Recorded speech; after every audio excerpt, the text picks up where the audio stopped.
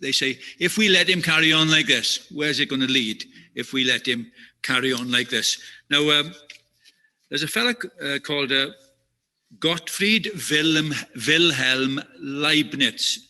I heard his name when I was in the sixth form because he was one of the brains behind calculus, which was a clever thing, a brilliant thing, I thought, in maths. But the man was a genius. And if you look at the list of his achievements, he was, a phenomenon, really. He really was. But one of the things he dabbled in was philosophy. And he said, we can always imagine a better world than we have. We can always imagine a better world. In other words, it's never quite good enough down here. And humanists of all sorts of shades, every way, every day, and getting better and better. Or Bertrand Russell on the BBC radio, Christmas 1954, the way lies open to a new utopia, a new paradise. Well, how would you say Bertrand Russell's prediction has got on? Do you think we are living in a new paradise? I'd say he was somewhere between wrong and disastrously wrong. Churchill had a bit more sense. Democracy is the worst form of government, except for everything else that's been tried. In other words, we fail, you fail, I fail, they fail, we fail, and that's what we've just got to make the best of it. Some years ago, in the Danish Parliament elections, a comedian got elected, and he had a 3-point policy manifesto. I can't remember the first 2 points, but they were ridiculous. But the third one was also ridiculous. He promised, if he was elected, a following wind for all cyclists. He got elected because people thought, well, his predictions and his promises are just as ridiculous as everybody else's, so they voted him in. Now imagine somebody came along, not just with the snappy, optimistic stuff like the Rainbow Valley I was mentioning earlier, or a laid-back nonsense, or a kind of hyperactive worrier like I am. But imagine somebody came along who didn't just say, it's okay, but when they said it's okay, you would be sure that it would be okay. Can you imagine if somebody came along and whatever they promised you, you could guarantee would come to pass? Can you picture it? It's very hard to picture that somebody would be so perfectly trustworthy that if they said, yes, you knew you could put your head in a pillow that night and not have any cares at all, because that would be what would happen. Can you imagine a doctor who doesn't just say, good news, you're in remission, but says you were completely cured forever? Now, can you imagine it? You're in John 11. Most of you know the story, I think. Lazarus, friend of Jesus, has become very ill. The message has come to Jesus and his disciples when they're a long way from where Lazarus lives, and Jesus doesn't rush back. He says deliberately that he's not going to rush back because whatever's going to happen is going to bring God glory. Well, how is that going to happen? But when he does return, Lazarus is no longer seriously ill, he's dead.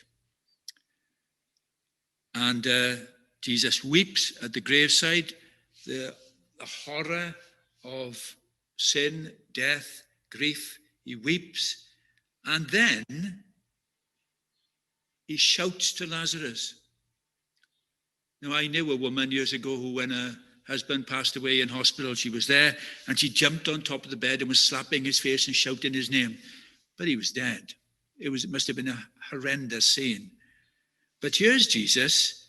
If you'd have been there, you said, Jesus, what are you doing? What are you doing now? He shouts, Lazarus, come out. And bang on cue, Lazarus comes out, still in his grave clothes. And Jesus explains in the same passage that if you believe in me, says Jesus, you live forever. You'll never die. Now, what an astonishing thing to say. And then he's called Lazarus out, and Lazarus comes. Now, the response of the crowds there is obvious, isn't it? They're going to believe. But no, some believe. What do the others do? The others rush to the Jewish authorities and report Jesus for doing this miracle. They don't deny the miracle. They report him for doing it. With the result, the Sanhedrin, the Jewish religious council, they have an emergency meeting and they ask him, says, what are we accomplishing? Here's this man Jesus doing all these miracles. Notice they never deny the miracles. They don't say, here's Jesus saying he's doing things that of course he's not. They don't deny the miracles at all. But they say, if we let him, that's my text really, if we let him carry on like this, where's this going to end up? Where's this going to lead if we leave him carry on like this? But remember now, they do not deny the miracles. Now, I remember somebody telling me a story years ago of an old lady who had been blind for years. She was a Christian, she was in church, and her son was next to her, who was in his 40s, who wasn't a Christian. And miraculously, during the singing of a hymn, the lady was healed. She was healed. And her son refused to accept it. No way, he said, no way. And of course, the pastor was there saying, God has healed her. No. And he refused to believe, even though his mother was standing there saying, well, look, find something on the book, I'll tell you what it says. No, he refused to accept that this miracle had happened. But here, they know that Jesus is doing miracles. The blind see, the deaf hear, the lame walk, and now the dead are raised. But what do they say? If we let him carry on like this, where will it lead? And the answer, of course, is, where will it lead? A new dimension, a brand new dawn, a wonderful world. That's where it will lead. But we haven't got that now, have we? I watched a program yesterday, the history of the partition of Ireland, how there's Northern Ireland and Southern Ireland now in our lifetime, but how this happened in 1920, and the absolute carnage, the slaughter, the cruelty, the thuggery that was going on. Thinking, yeah, we're a long, long way from Eden, aren't we? But I remember many years ago going to a stroke ward, and some words that Johnny Erickson had said were in my head, and I went in, and these are the words that came to me. This is the domain of the dying. One day, all who believe in Jesus will be in the land of the living. And it was awful in the stroke ward. It was awful. The domain of the dying. And there's a song I was trying to learn on the ukulele. It's an REM song. When you think you've had enough of this life, hold on. When you think you've had too much, hang on. Have you ever been in that situation where you borderline can't take anymore? But why do they sing the song? Well, they thinking of the people there, they saying in the song, well, hold on now, don't give up, don't give up, look, don't let yourself go, hang on. Why? Because everybody hurts. That's the chorus of the song. In other words, what are you going through? Actually, everybody goes through it. Everybody hurts, everybody cries. But why does everybody cry? Because there's something wrong. I remember a funeral, and there was two of the toughest guys in my stories here now, the next two stories, two of the toughest guys I ever knew. One of them at the graveside, his wife had passed away, and his knees collapsed, and this huge fella, a few fellas had to rush forward and hold him. Just, why? He just can't cope with the pain. And there was another guy in work in the steelworks in Port Talbot. They were all sitting around the table, having their packed lunches. He finished his packed lunch and he said, I'm going out for a walk. He climbed to the top of the stack, 150-foot chimney, and jumped off. But why? Just can't take anymore. But there's something wrong, obviously. There's obviously something wrong. Why is life just one party after another? Rainbow Valley. I loved parties years ago before I was a Christian. I lived for them, really, the next buzz. But this is what one man wrote years ago. Life is like an onion. You peel off one layer after another, and sometimes you cry. Well, what a picture of life. It was pretty close to reality, isn't it? Or somebody else wrote, life is a blister on top of a boil on top of a tumour. And up until about 1981 or thereabouts, I would have disagreed with that. Life is a boil on top of a blister on top of a tumour, or life is like an onion, you peel off and you cry. Because I had my share of disappointments. I had my share of graveside grief. But I tried to live life as one big buzz. I loved my job. I tried to make every lesson I was teaching interesting. I was having a great time, so I tried to shut out anything that was unpleasant.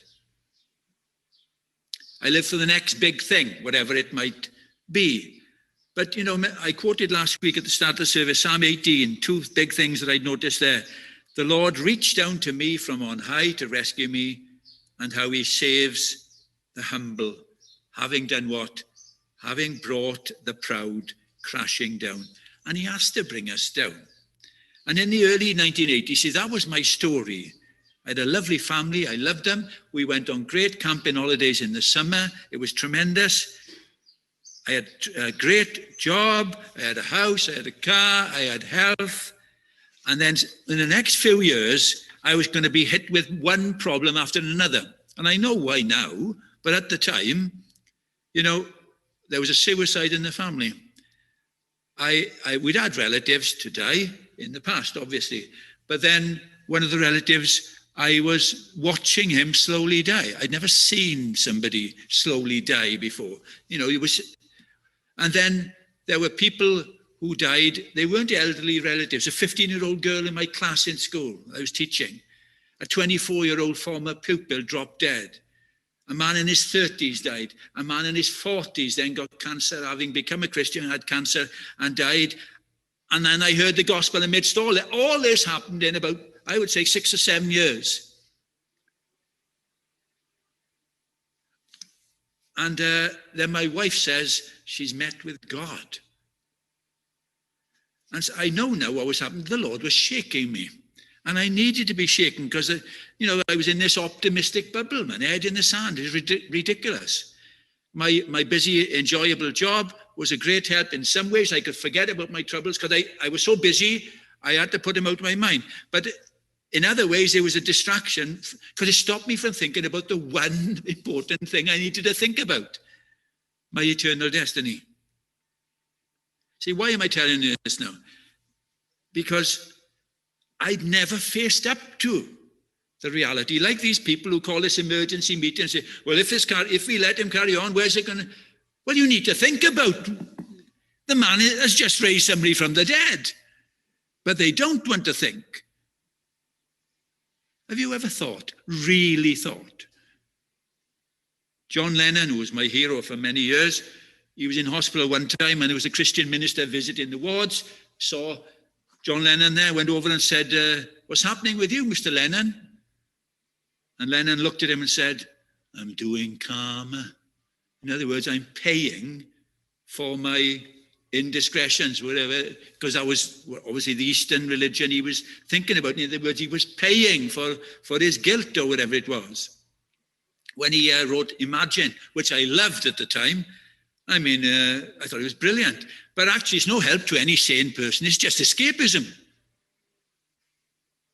But here, which is why I liked it, obviously, head in the sand sort of bloke. But here in John 11, the blind see, the lame walk, the deaf hear, and now the dead are raised. If we let Jesus carry on like this, where's it going to lead? And the answer is heaven. It's going to lead to perfection. See, Wales has had tiny glimpses of this. In 1904 was the last one, when the Lord moved in such power. 100,000 people became Christians. And, the criminal court, Swansea court, there was hardly anybody there. It was the time of the white glove, as they call it, because there was nothing to try, because hardly anybody was guilty of anything. And they're asking the question, what are we going to do with the police? They're just hanging around. They're clicking their heels, because what's to do? Because there was just a sense of God. Not only the people who'd been converted, but other people had seen, who didn't want to believe, had seen people converted, and they were afraid of God. They were right to be afraid, of course. And here they're asking, if Jesus carries on like this, where will it end? Glory. That's where it'll end. Saved people. Changed people.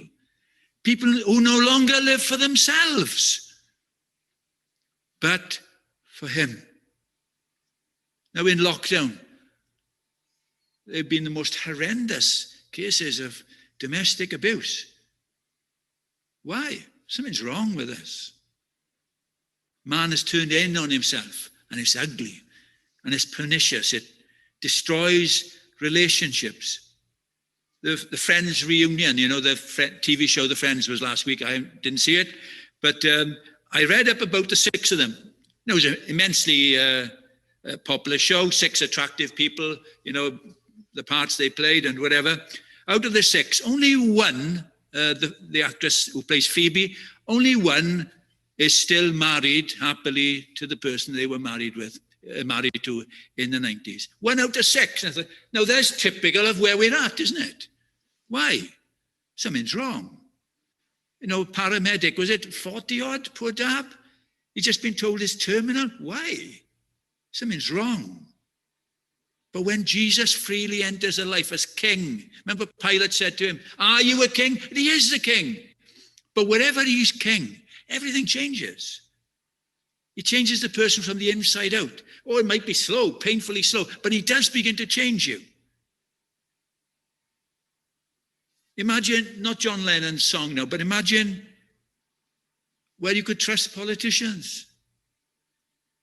Dominic Cummings has said all the things he said, probably a lot of truth in it. Trouble is, we don't believe him either. We don't believe the people he's accusing, but we don't believe him either.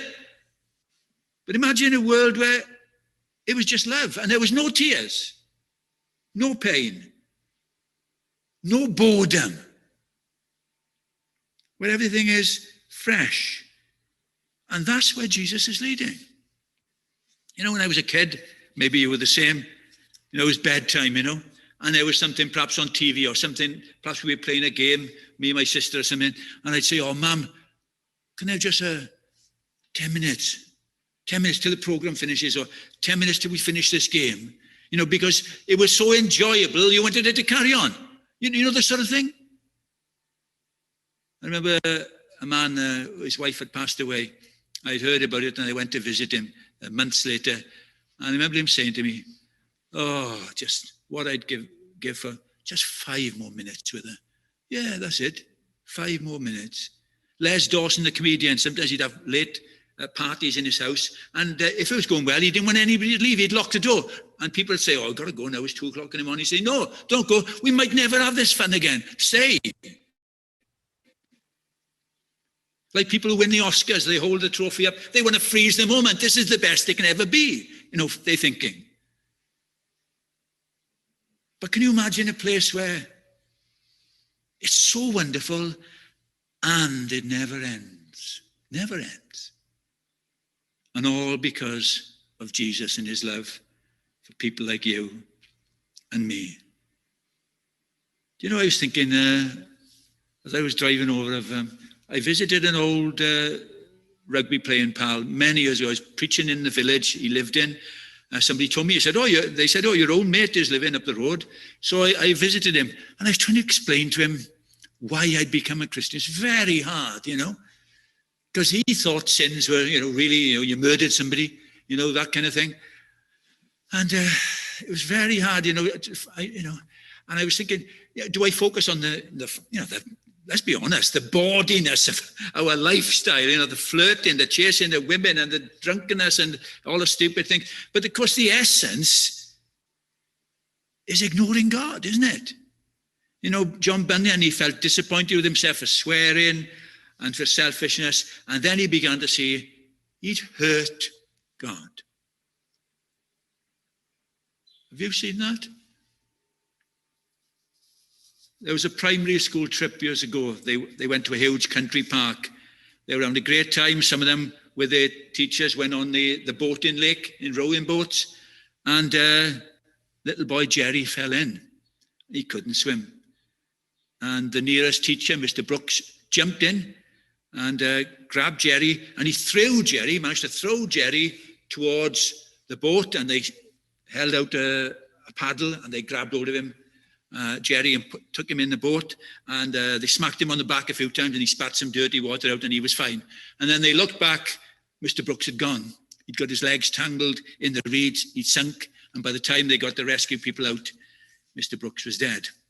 Anyway, some years ago, 30 odd years later, the school is closing, so they have a reunion of all former pupils. And Jerry attends, and it's not a surprise, is it? During the course of the evening, does anybody want to say anything? Jerry stands up and says, I'm only here tonight because of Mr. Brooks. He rescued me. He saved my life. And everybody in heaven is saying right now, I'm only here because of Jesus Christ, who rescued me, who saved me. Now you've heard the gospel. On behalf of Almighty God, who is asking you now, don't you want to be part of my new creation? Don't you want to be where there's no tears and no pain and no selfishness? Don't you want to be there? And what is your answer? Amen.